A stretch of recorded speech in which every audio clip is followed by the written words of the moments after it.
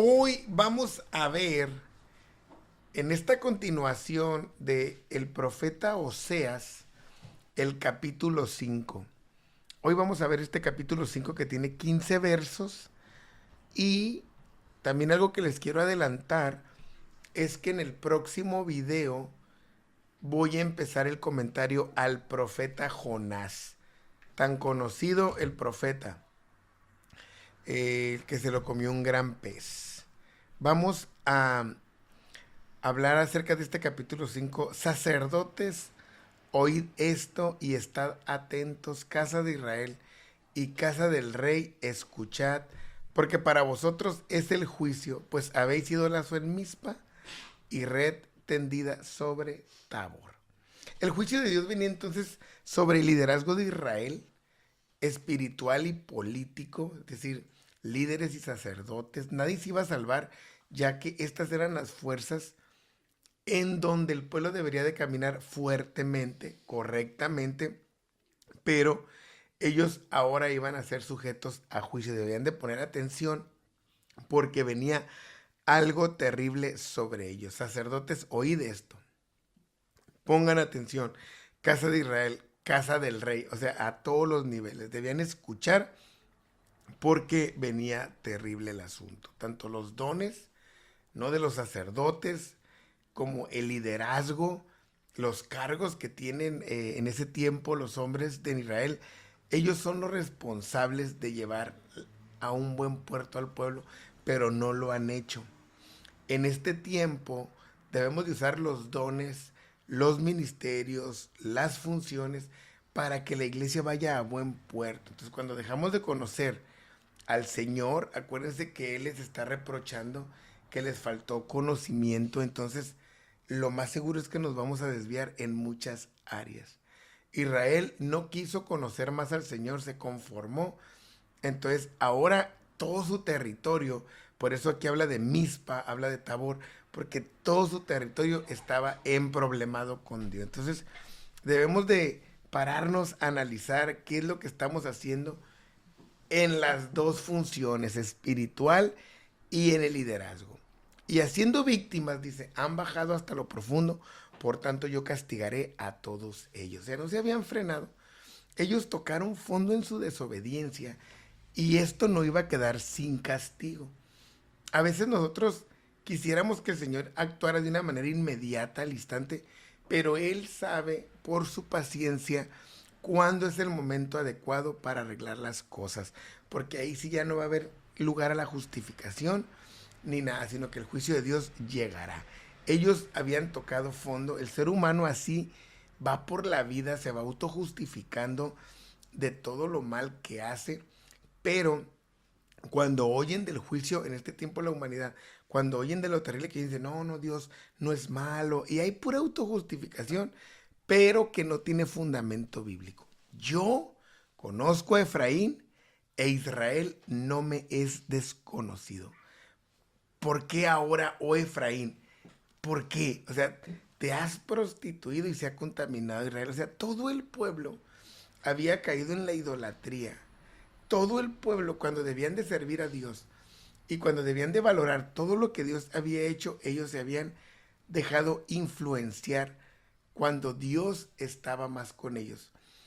La iglesia debe de cuidarse mucho de lo que el mundo quiere meter a la iglesia.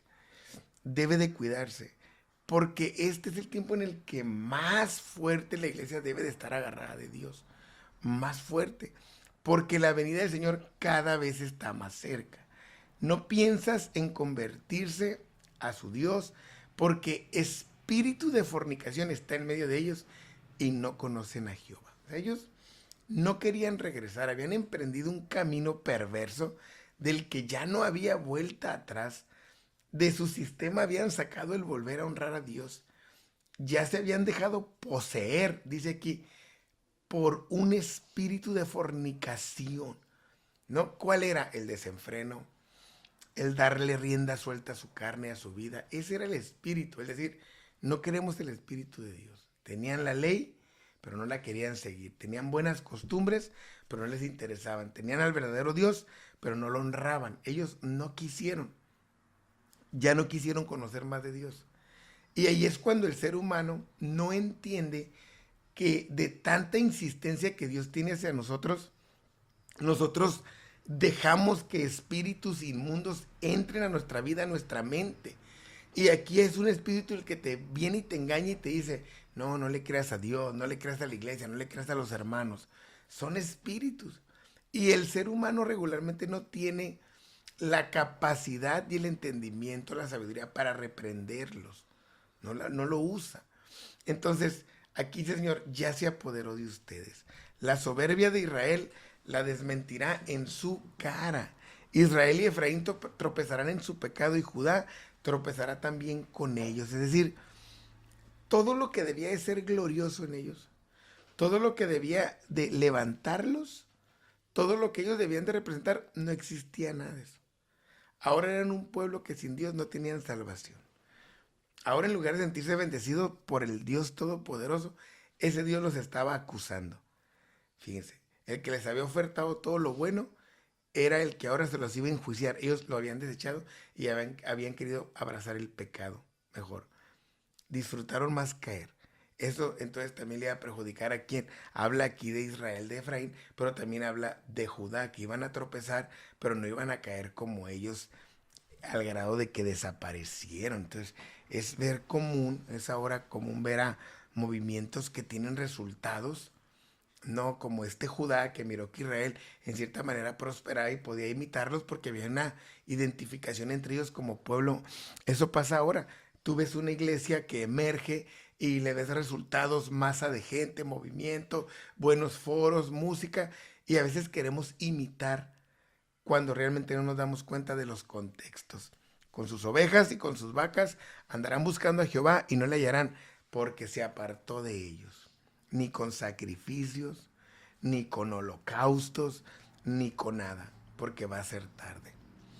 En apariencia buscan a Dios de una manera religiosa, en apariencia. En decir, te estoy ofreciendo y te estoy sirviendo, pero es apariencia. En este tiempo las iglesias son mucha apariencia. Aparentamos que la pastoreamos, aparentamos que le enseñamos, aparentamos que le servimos a Dios, aparentamos que le tocamos a Dios o que le cantamos a Dios o que le danzamos a Dios. Aparentamos muchas cosas porque realmente ya estamos engañados nosotros mismos. No es que voy a la iglesia, es que me sacrifico, aparto mi día, doy dinero, lo que tú quieras. Muchas veces Dios ya se apartó y nosotros solo estamos aparentando algo que ya no es. Contra Jehová prevaricaron, porque han engendrado hijos extraños. Ahora en un solo mes serán consumidos ellos y sus heredades por su felonía. Sus descendientes, que ya profesaban una religión ajena, o sea, no verdadera, entonces eso venía a su próxima derrota terrible. Dios nos ayude y que estos profetas retroalimenten nuestra visión y nos ayuden a avanzar en este tiempo. Tocad bocina en Gabá, trompeta en Ramá, sonad alarma en Bet-Aven, tiembla, oh Benjamín, porque las fronteras ya estaban todas amenazadas. Los ejércitos estaban listos para que fueran destruidos. Destruidos. Ya. Todos los ejércitos estaban listos para que Israel quedara en nada. En nada. Efraín será asolado en el día del castigo.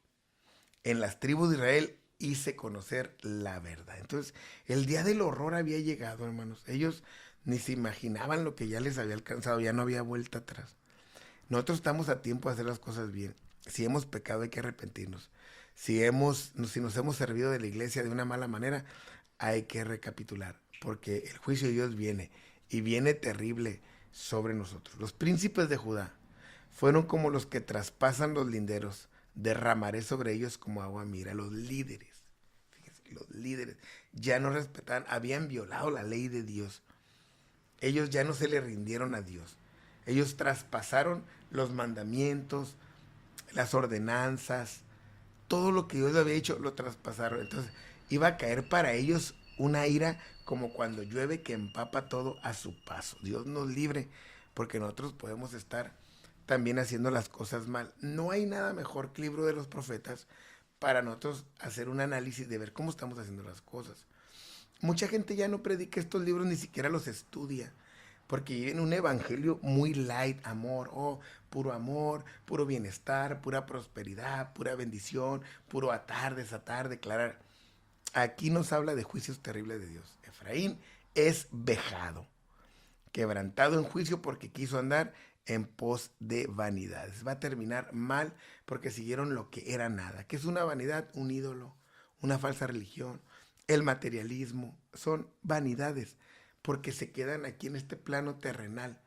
Pero lo que no es vanidad es lo eterno. Yo pues seré como polilla a Efraín y como carcoma a la casa de Judá. O sea, iban a ser consumidos, destruidos, devorados, aniquilados, como usted le quiera llamar, como una plaga que llega y que consume todo y que no deja nada bueno. Así iba a llegar. Y verá Efraín su enfermedad y Judá su llaga. Irá entonces Efraín a Asiria y enviará el rey Jareb, mas él no os podrá sanar ni os curará la llaga. Entonces Dios, por medio de Oseas, les está proyectando lo que viene, aún lo que van a hacer, porque no es solo ver qué necesitas, saber qué te duele, sino saber en qué intensificamos el mal. Porque si reflexionáramos, volveríamos a Dios. Pero como no, entonces vamos cada vez perjudicando todo, porque no buscamos la solución correcta. Si pecas, quieres taparlo. Si te equivocas, quieres justificarlo. Si reconocemos, o sea, si vamos a la respuesta correcta, que era lo que Dios le estaba diciendo a Efraín y a Judá, entonces nosotros vamos a hallar soluciones correctas. Pero el pueblo no buscaba a Dios, buscaba que lo ayudara alguien. Apoyarse en naciones que no los iban a reprender, pero ellos iban a sentir sanados. Es como cuando solamente tomas algo para que te quite el dolor, pero no te cura la enfermedad. Eso era lo que ellos querían. Sentirse protegidos, aliados, sentirse bien. Y Dios les está diciendo, nadie te va a sanar, nadie te va a ayudar por lo que viene. Porque yo seré como león en Efraín y como cachorro de león a la casa de Judá. Yo, dice el Señor, yo arrebataré y me iré, tomaré y no habrá quien liberte. Va a llegar como un destructor, una fuerza dominante, poderosa, que nadie va a poder quitarlos de su mano. Nadie, ni los ejércitos más poderosos, aunque se unieran todos. Cierro en esta insinceridad del arrepentimiento de Israel. Dice la palabra de Dios, andaré y volveré a mi lugar hasta que reconozcan su pecado y busquen mi rostro, en su angustia me buscarán. Bien, o sea, ay Señor, cuando dice andaré y volveré a mi lugar es ya no voy a estar aquí, me voy a ir. Es como cuando un león toma su presa y se va a su cueva descansar, todo el mundo sabe que ya la tiene, dormir, porque al rato va a comer. Así dice el Señor. Así los dejaré, andaré y volveré a mi lugar, a su gloria, a su trono, a su reino, hasta que me llamen, busquen mi rostro en su angustia, me van a buscar. Y cuando me clamen, entonces yo voy a estar aquí. Qué cosa más impactante que lo podemos entender, porque el Señor nos dice que cuando se los llevaron a ellos, los asirios, es como que Él se fue a su reino, a su trono celestial, y los dejó ahí, moribundos. Como cuando un león deja ahí a la presa. Cuando vinieron los babilonios y sobre Judá, el Señor se fue a su cueva. Allá se quedó como león, esperando que alguien lo reconociera y buscara su rostro. Y que en la angustia lo buscaran. Esto es lo que Dios tiene hoy para ti. Él está esperando que tú lo reconozcas, que tú lo busques en medio de la angustia. Él está en su trono.